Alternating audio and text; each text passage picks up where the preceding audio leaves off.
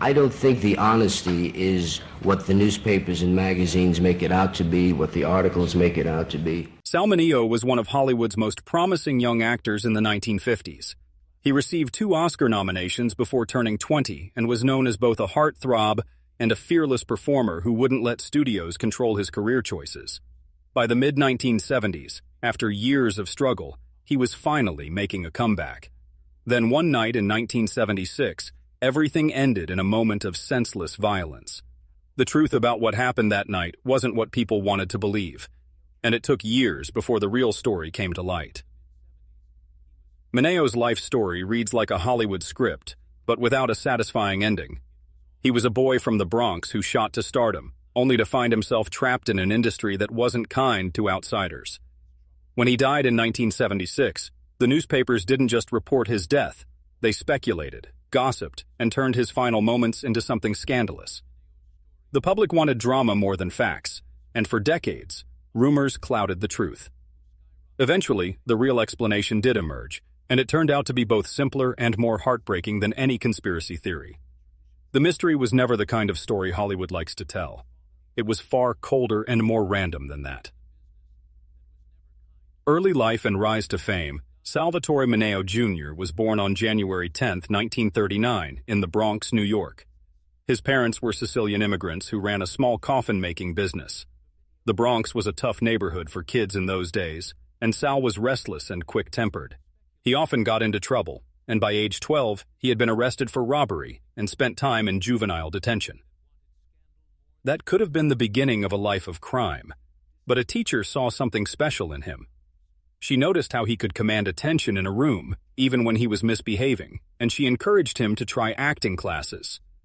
That small suggestion changed everything. At 13, Sal made his Broadway debut in Tennessee Williams's The Rose Tattoo. It was a small part, but it proved he belonged on stage. One role led to another, and by the mid-1950s, he was auditioning for movies. Then came the break that would define his career. Rebel Without a Cause. In 1955, at just 16 years old, Sal played John Plato Crawford, the lonely, troubled teenager who befriends James Dean's character. His performance was raw, vulnerable, and unforgettable.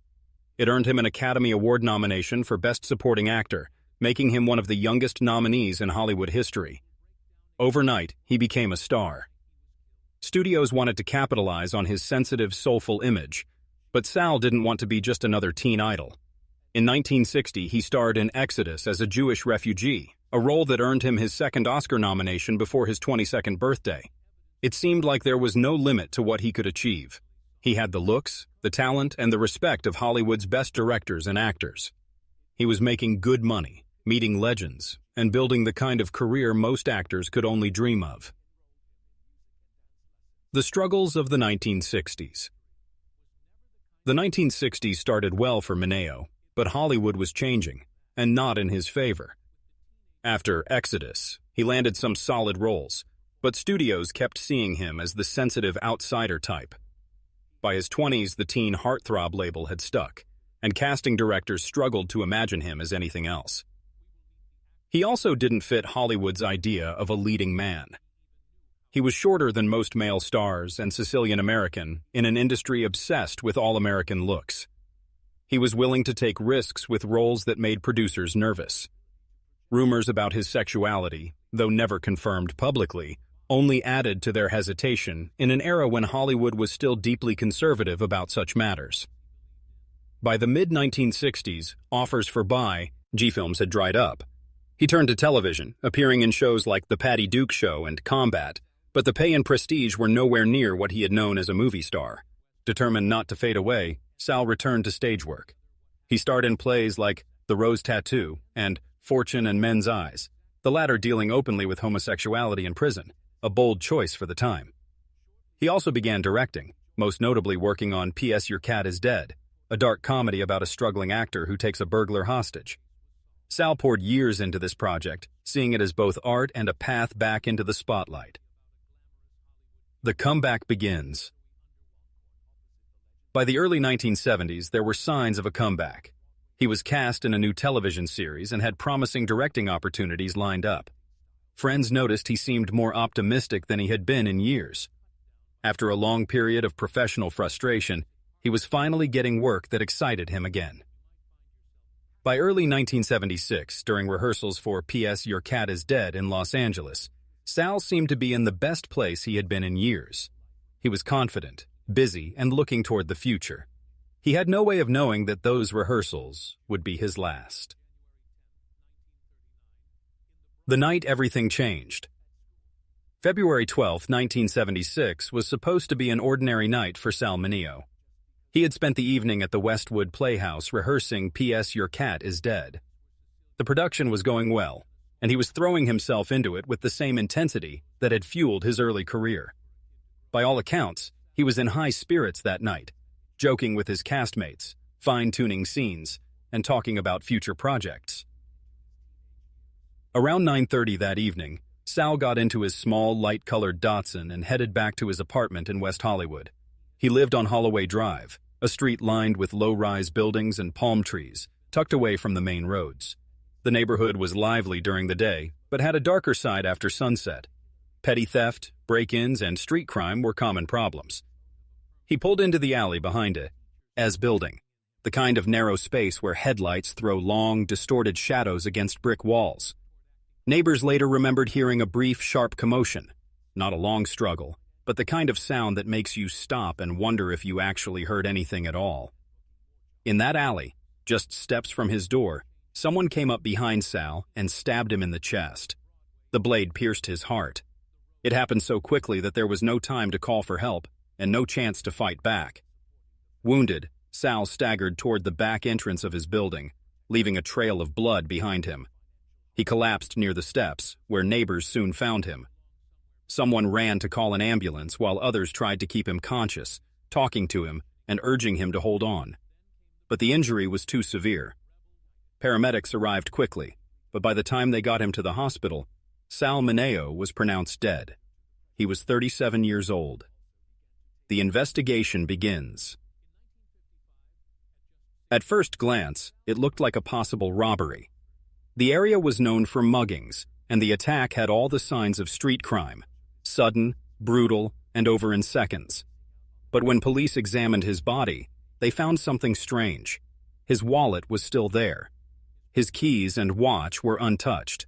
That one detail opened the case to all kinds of speculation. If nothing was taken, what was the motive? Within hours, the media was all over the story. Headlines screamed about the violent death of the former Hollywood golden boy. Some papers went for the most sensational angles, hinting at dangerous affairs or secret feuds. Others quietly suggested the attack might have been a hate crime. There was no shortage of theories, but no solid evidence to support any of them. Friends were devastated, and many of them rejected the idea that Sal had been killed in a random mugging. They insisted he was careful, that he knew his neighborhood well, and that he wasn't the type to walk into obvious danger. But without witnesses who could identify the attacker, the investigation was already at a disadvantage. From the beginning, the Mineo case was under a media spotlight, but that didn't make solving it any easier. Detectives searched the alley, interviewed neighbors, and gathered what little evidence there was. They found no fingerprints, no weapon, and no solid eyewitnesses. A few residents had seen a man running from the alley, possibly African American and wearing dark clothes, but in the darkness, no one got a clear enough look for a composite sketch. With little to go on, police were left with theories, and the media quickly filled that gap. Some tabloids claimed Sal had been targeted by an ex-lover. Others suggested a drug deal gone wrong. None of it was backed by evidence, but the stories spread faster than official statements. His private life became tabloid fodder, with speculation about his sexuality dominating the coverage. Friends worried that this focus was pulling attention away from finding the killer. West Hollywood in the 1970s was lively, but had a reputation for petty crime after dark. That made the botched robbery theory easy for the public to accept, but many people close to Sal rejected it. The single direct stab wound felt too precise for a panicked mugger, they argued. Years of dead ends, weeks passed with no progress. Leads dried up. Every so often, rumors of a confession or a new suspect would surface, but nothing stuck. Detectives kept checking old tips, but without evidence, progress was painfully slow. By the late 1970s, many people assumed the case would never be solved. Fans clung to their own theories, and friends felt that the lack of justice was almost as painful as losing Sal in the first place. No one realized that years later, in an entirely different investigation, a name would surface that would finally break the case open. The break in the case. For nearly 3 years, the Mineo case sat in the cold files of the Los Angeles Police Department. Detectives would check tips when they came in, but nothing led anywhere, until 1979, when a name from a completely different investigation crossed their desks: Lionel Ray Williams. Williams was a 21-year-old man from Los Angeles who had just been convicted of armed robbery. He wasn't on anyone's radar for the Mineo murder, at least not until a fellow inmate told authorities that Williams had been bragging about stabbing a man in West Hollywood a few years earlier. The description matched Sal's case almost perfectly: a lone victim, an alley, and a fatal wound to the chest. Detectives decided to investigate further. They learned that on the night of February 12, 1976, Williams had been prowling the West Hollywood area, allegedly looking for someone to rob. He fit the vague description given by witnesses, and more importantly, he had a history of carrying knives during his crimes. When questioned, Williams initially denied everything. But as the interviews continued, he admitted to stabbing a man in an alley near Holloway Drive, though he insisted he had no idea the victim was a celebrity. According to his account, it was a robbery attempt that went wrong. He claimed he panicked when the man resisted, lashed out with the knife, and ran. The trial and conviction. The police were skeptical about parts of Williams's story. The wound to Sal's heart had been a single clean thrust, not the kind of erratic injury you would expect from a panicking mugger. But without physical evidence, they had to focus on what they could prove: that Williams had been there, that he matched the suspect description, and that he had confessed to multiple people. In 1979, Lionel Ray Williams was charged with second-degree murder. The trial that followed was less about proving he had killed Sal — Williams's own admissions had already covered that — and more about the motive. The prosecution maintained it was a straightforward robbery attempt. The defense argued that Williams didn't even know who Mineo was, painting the killing as a tragic accident during the course of a crime. Witnesses from the prison system testified about Williams's bragging. Some recalled him describing the attack in detail, even noting that the victim had been wearing a white shirt that night, a detail that matched the crime scene. Others testified about his casual attitude toward the killing, which shocked the courtroom. In the end, the jury found Williams guilty of second-degree murder. He was sentenced to 51 years to life in prison. The conviction brought some closure for law enforcement, but it didn't end the speculation.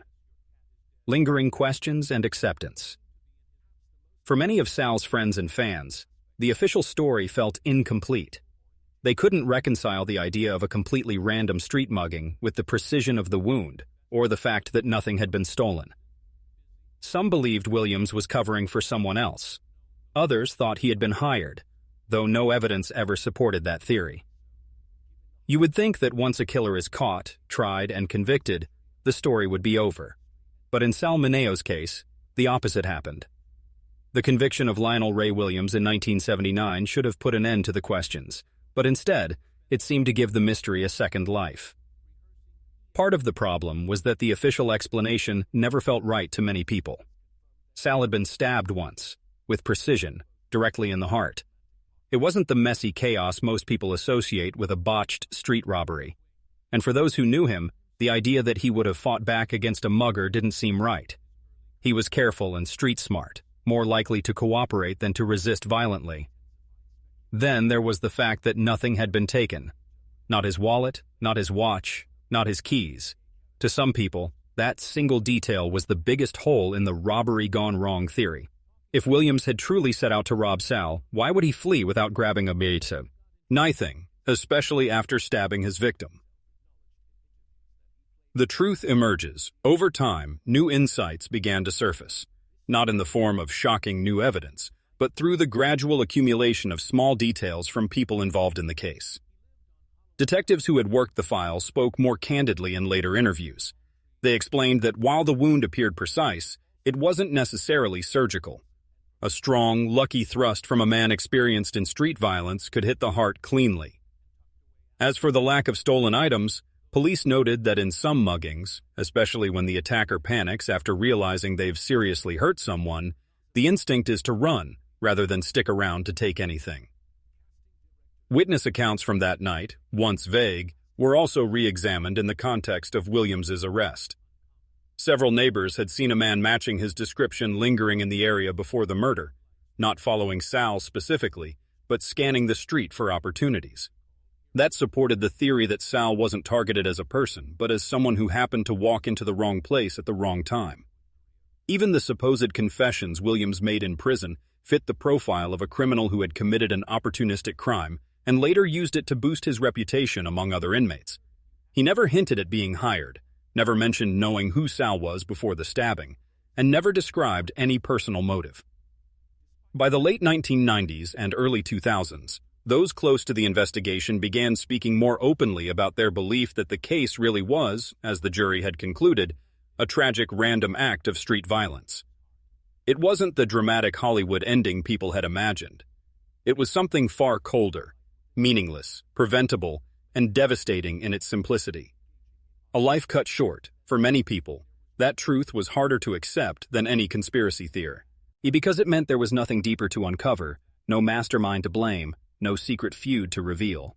Sal Mineo hadn't been killed for who he was, but simply because he was in the wrong place at the wrong moment. In a way, that made his loss feel even more senseless. Sal Mineo's life was short, but it burned brightly. He wasn't just a teen idol. He was a gifted actor who refused to let Hollywood dictate every step of his career. From Plato in Rebel Without a Cause to his powerful role in Exodus, he left behind work that still holds up decades later. He took risks when most actors played it safe, choosing roles that challenged audiences and fighting for projects like P.S. Your Cat is Dead. That courage cost him jobs and steady income, but it gave him a career that feels timeless. When the end came, it wasn't the plot of a Hollywood thriller. There was no rival, no betrayal, no conspiracy, just a random act of violence that took a man who still had so much to give. In some ways, that truth is the hardest to accept because it forces us to face how fragile life really is. Over the years, new audiences have discovered Sal's films and seen what people saw in the 1950s. That rare combination of vulnerability and strength. Friends remember his generosity, humor, and loyalty. His story is a reminder that behind every headline is a whole person with dreams, struggles, and triumphs. His death may have been senseless, but his life was anything but. While the case is officially solved, the weight of it will always linger for those who admired him. Sal Mineo's story serves as both a celebration of a talented life and a sobering reminder of how quickly everything can change.